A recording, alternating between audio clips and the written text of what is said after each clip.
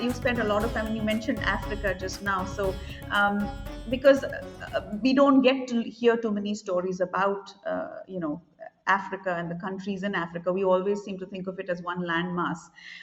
So you've had several years you've spent, I believe, in Africa. So what has been your, could you give us some insights or share some insights as to the experience of Yeah. coloniality in Africa vis-a-vis India? So maybe just if you could It's a very good question that you've asked, very intelligent. Let me just say that when you say Africa, it's not one country, there are 54 countries, members of the African Union. exactly. So when we talk of Europe, it's not one country. There may be some similar values. They talk of European values. The Africans don't talk of any kind of common values. The challenge for Africa before the colonizers came, about 10,000 statelets, little kingdoms, little chiefdoms, etc. Then you compress them into 54 nation states in the Westphalian modern sense of the term. Of course, there's going to be a problem. I learned this when I was in South Sudan. So I was going with my driver. I said, look, there's the border with Uganda, let's cross. And then he looked at me bitterly and he said, Ambassador, I can't. Even though my brother, that's his house that you're seeing. He said, I need a visa and a passport. And he says, I've argued so often that that's my brother's house. Why can't I go there? What is this nonsense about visas and passport? Anyway, I was able to go. He wasn't, but I didn't go. I came back. So, one of the first things there, again in Africa, what is needed is the liberation of the mind. All right, the colonizers looted you, but they are not going to come back to develop you. If they come back, it will be to loot you even more. Your true friends are the people of India because we do not believe in taking out your resources and taking them as the Chinese do. We believe in building your human resource. The number of universities we are supporting, training centers, information technology, etc. One African leader, I was privileged um, to be with him. He came for medical treatment. We took him to a hospital. He says, "Why do you call yourselves a developing country? Look at the medical facilities you have over there." And then we took him to another place in the southern part of India, to a city uh, from where you come. And when he Right. saw that, he said, "No, no, no, no, no. This must be New York." I said, "No, sir, this is India." They're It's India. amazed at the progress that has been made. So we are the role model because we did it all within a democratic framework. Africa's challenge today is to liberate their minds, which they are doing to a large extent. And they need all the friends they can get in the world. Those Europeans, ma'am, sorry to say this, there is still that arrogance and conceit. There used to be a prime minister of the disunited kingdom, a chap with very funny hair. He was booted out some time ago. I've forgotten his name.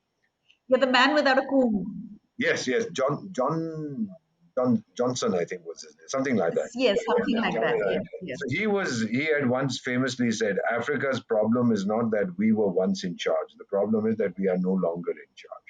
Look at the arrogance of For that. For that. look at the Wow. conceit. We don't say these things, not even in jest, because they are sensitive about Exactly. it. And I've attended so many meetings where they have said this is our requirement. And what they hear is pontification from all the ambassadors, the European ambassadors, Western. Well, you should do this, you should do that. And then they turn around to me and say, Ambassador Deepak, what do you say? I first applaud and I say, I think what you're doing is brilliant. It's a great idea, and we'll help to the extent we can. And then they start clapping. They said, you haven't given us any guidance on being democratic, being this. You don't talk of governance. You just say, look, guys, it's your country. You are the stakeholders. I'm an outsider. What do you want? I'll give it to I will help you. whatever you want, I'll help. Yeah, Wow. 5,000, 6,000 African students come a year to India to study. They want to go back. They absolutely love this place. They But don't we want to go treat back. them as equal. We are a very egalitarian society. True. We're a very True. open society. People might say we are racist, this, that, and the other. It's not true at all. It may have been, not anymore. True. Now, as And one or development two comes, we stray, open up. Yes, ma'am? Sorry.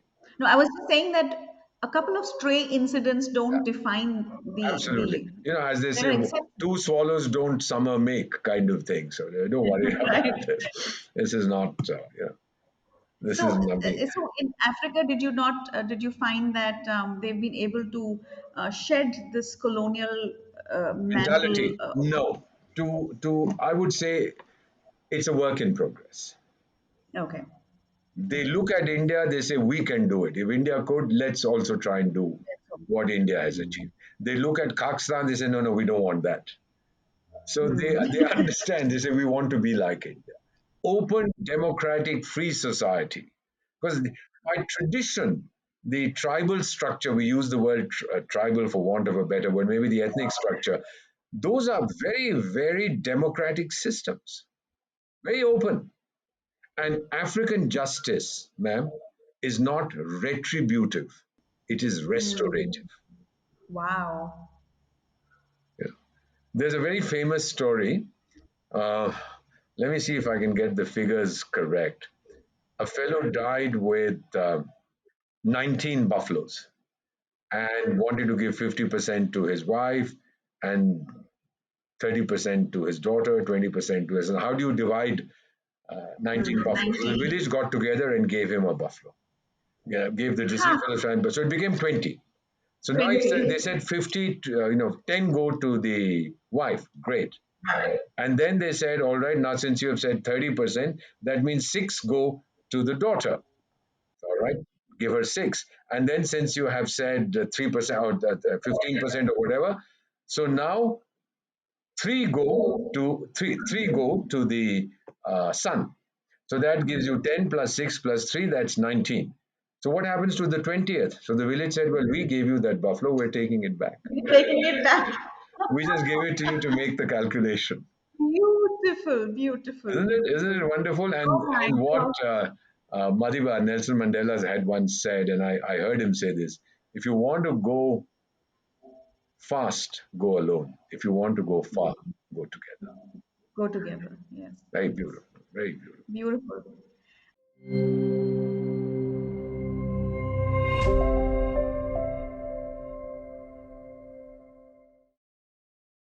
Please remember to subscribe to us and switch on the notifications for this channel. For our other social media links, more content, and to support our work, please visit citti.net. Dhanyavad. Namaskar.